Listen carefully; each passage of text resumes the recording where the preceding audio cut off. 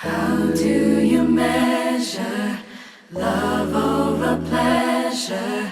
I just can't seem to believe. Could there be a fine line in romance and good times? Is this the love that I need?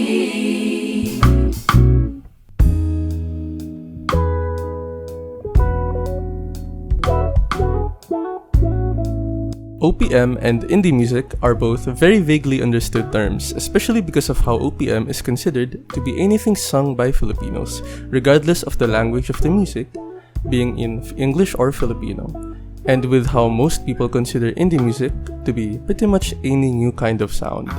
Which is why in this chapter, we will be exploring the definitions of both terms.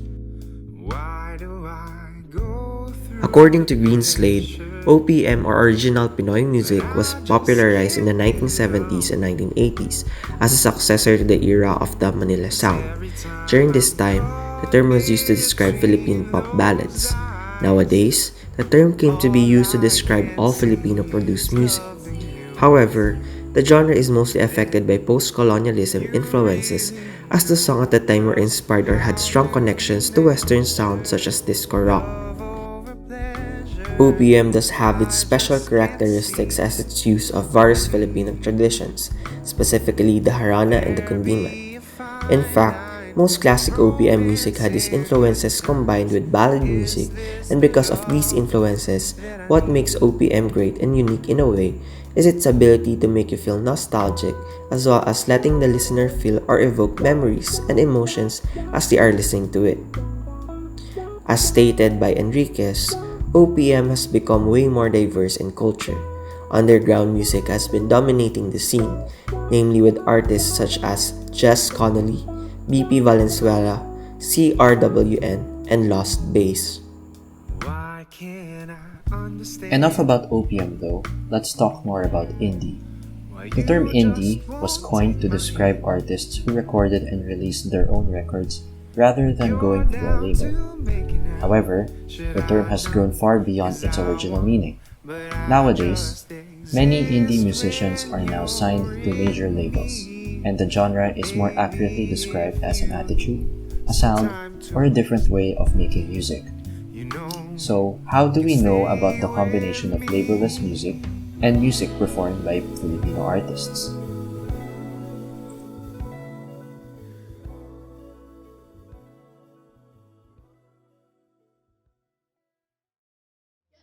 This is I worry too much. Sana magustuhan niya.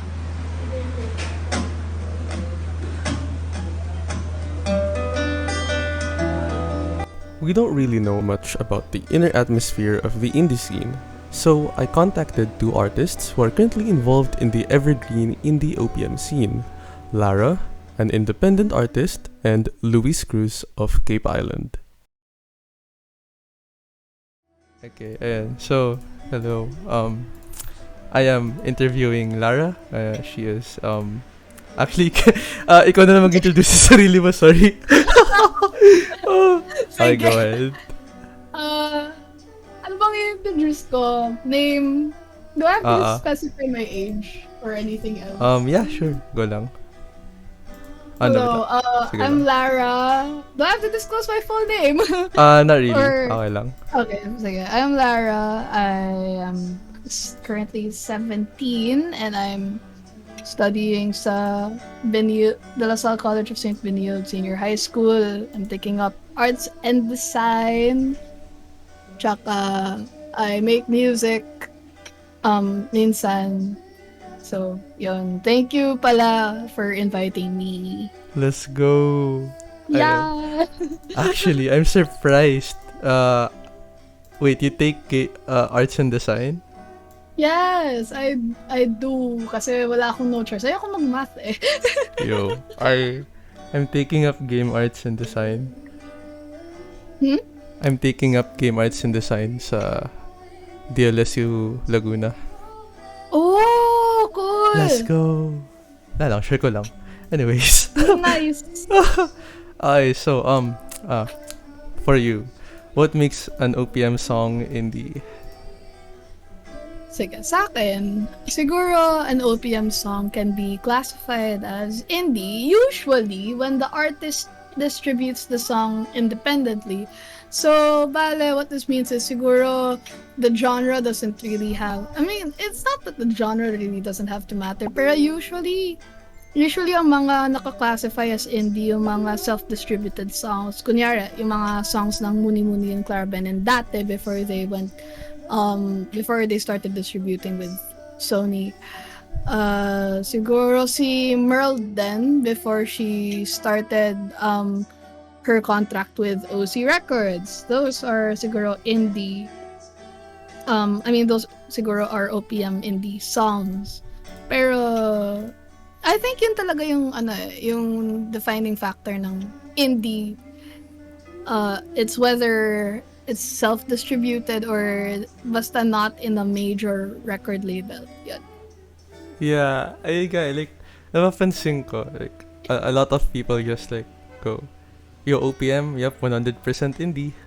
And Yun nga eh. It's so weird. Like, no, not everyone. Yeah, I remember seeing this playlist, like, ano ba, like, it says it's an indie OPM playlist, tas yung first result was Ben and Ben, which I think isn't indie anymore. Like, Ben isn't indie they're under anymore. Sony, I believe. So, ayun. Yeah, they are. Pero siguro Ben and Ben had songs before they got signed into Sony. Siguro those can still be classified as indie. Yeah. It's wild. Ewan ka na lang. So, Yun nga eh. it's kind of funny. Well, anyways. Ayun. I think obvious to, pero ano yung genre na dina-dominate ng indie OPM?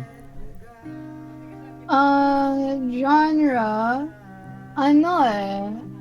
usually ang unang naiisip ko folk or rock. Same. Let's go. Yeah, it's probably folk or rock. Kasi bihira lang ako makarinig ng indie pop. I mean, not indie pop. Tawag nito, yung parang mainstream-esque na pop that's independent lang pala. Like, yeah. Ano pa? Ayun. Other than that, I feel like all other genres siguro are like very underrated or di lang ako aware na mayroong ganong ano. Yeah. Oh my. Nakakamiss na. Okay, which are the bands that you would say are major influences to your crafts? Does it have to be bands or can it just be artists Yeah, sure. in general? Kahit artist lang.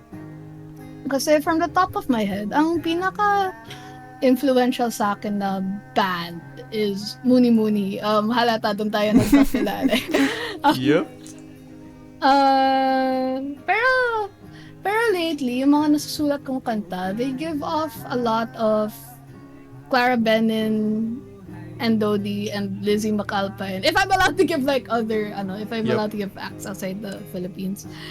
Pero siguro from here, other than Clara Benin, siguro si pangalan nito, wait lang, I have to check my playlist, I forgot already. Siguro si Marty Franca actually, tsaka si Siddhartha. Let's go! Good stuff! Yes! I love them. They're amazing, grabe. Absolutely. Grabe, I haven't heard yung mga recent songs ni Sid and Marty. Ano yan? I haven't heard their recent songs, pero I'm not sure actually, pero yeah. Maganda yung New Home ni Marty. Maganda rin yung Kung Nag-aatubili ni Sid. Nope. Sayang, di ko alam. You should listen to it when you have the time. For sure. Grabe. So, this question is I think I'm gonna skip this, but I'm just gonna tell you what it is. It's basically asking what sparked your interest to focus on this sub-genre rather than other mainstream music. Well, I don't know. Nasulatan ko yun ang sagot eh. Yeah. So, siguro ito na lang. Do you believe like indie music can be attributed to being underrated? Siguro mainly because they're not marketed. I'm not saying that the marketing is bad. It's just that tawag nito, I feel like, di masyadong nakikita sa like editorial playlist. Kasi from what I know, I think it's you have better chances of tawag nito, you have better chances siguro of getting pitched to playlists or getting stuff out there when you're under a record label. Yeah. So, sa akin siguro, it's not necessarily underrated kapag indie. Kasi ang dami namang there are, well, here in the Philippines siguro, there are acts naman that can make it out there even without being signed to a major record label. And siguro saka na lang sila nasa-sign sa major record label kung kailangan talaga nila or if they have the means to. Pero siguro to TLDR yung tanong. I don't think so. Well, I mean, I don't think so kung sakaling sa case with like other countries. Kasi marami namang sikat from other countries na independent lang. Yeah. Yeah, pretty Yun. fair. Okay. Grabe. Wait lang, nabis kitang kausap. Wala, na-miss din kita. Uy! Wow, oh my God. It's been long. It's been like, what, 2 years? Oh my God. This feels weird. Ayun. It's fine. Wait. Ano pa ba? Ayan, ito last question. So, who are like underrated OPM artists you would recommend? Myself. The joke. Uy! Pwede? Well, matic na. Siguro, I wrote a bunch actually. There's Joan Velasquez. Velasquez, not Velasquez. Yeah, Joan Velasquez. Jan Roberts. Fervids, you spell that as Fervids. Fairly new lang sila, pero so I'm like already looking forward to their stuff. There's also Janice Ayan. I know. You know Janice? Grabe, sobrang galing niya. Nakikita ko sa retweets mo, I think. Ayan. Tama yan. Real good stuff, friend. Oh. True. There's also Ame. They're a band based in Marikina, I think. I don't know why I know them, pero yeah. I don't remember how. Meron din Mirasol. They're based in Baguio. Yeah, Mirasol din. Sobrang cool ng music nila. Meron din Pastimes. Yun. Right. I also knew Pastimes through your likes and retweets. Taga Clara Chord sila eh. Okay. Yeah. Ayun. So yeah. Actually, yeah, yun lang yung mga tanong. Ayun pala.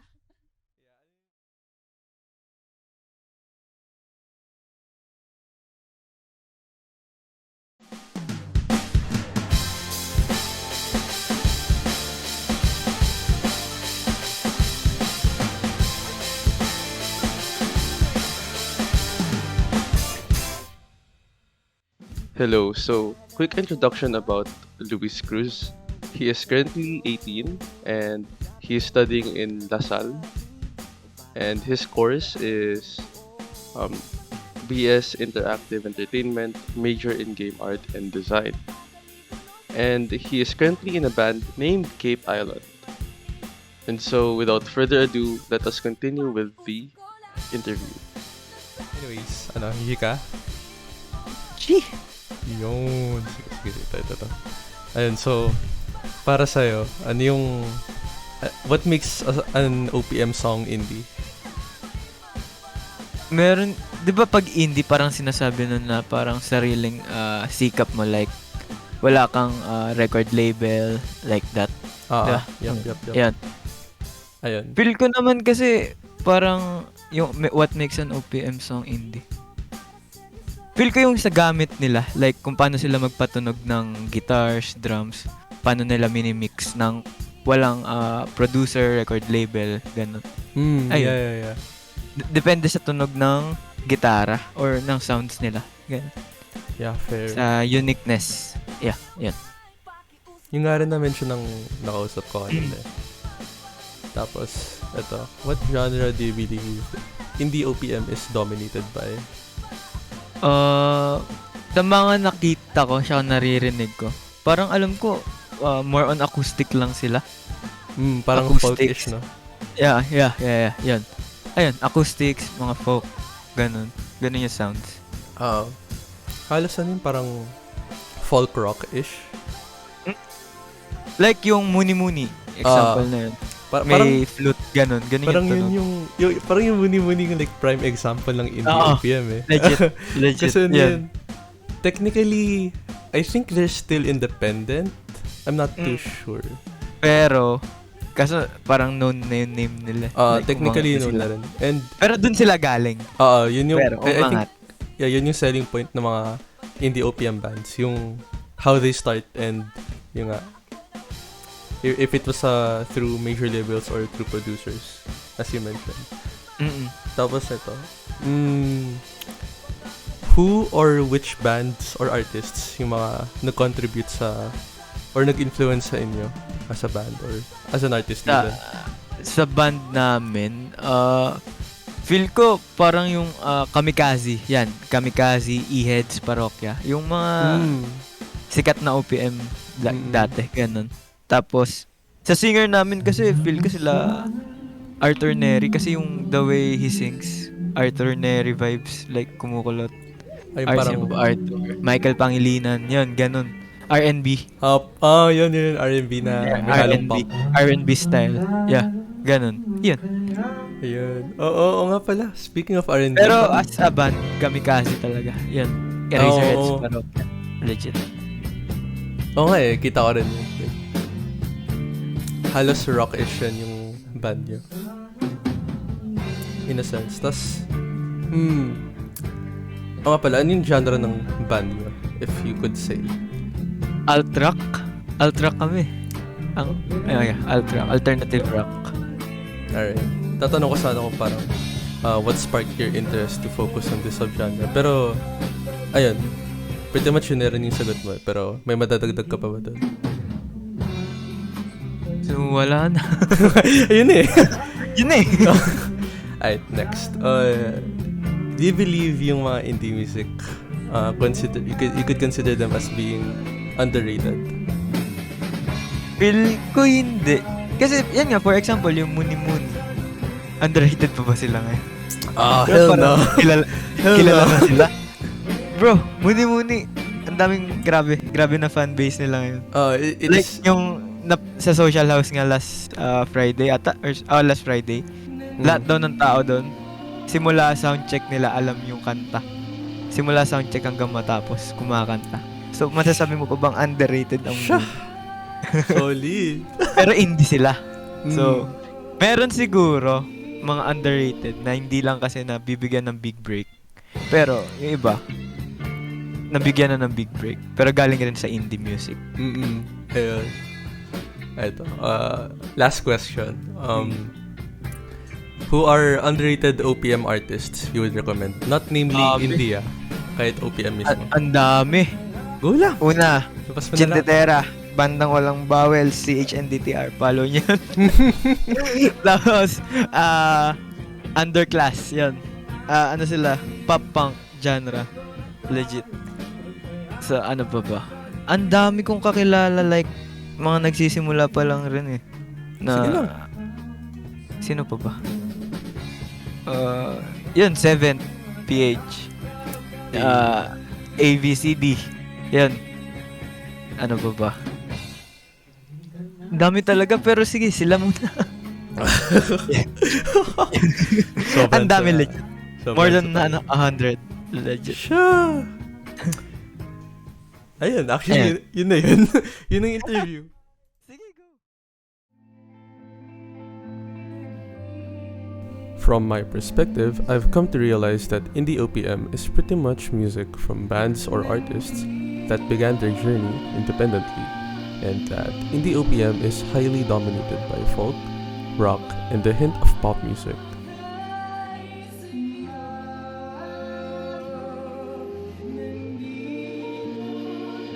The indie OPM scene has definitely been affected by the pandemic, due to the soul of indie OPM being founded on passionate live performances. However, with the recent lifting of hard restrictions, artists have been going very wild with live gigs. On screen are examples of gig lineups in bars for this month of June. The current state of indie OPM is definitely something to look out for, as there is so much fresh music being made, as mentioned by Iz Cruz and Lara. If you have the time, I'd say give indie OPM or OPM in general a try. Maybe you'll find new music that suits your liking.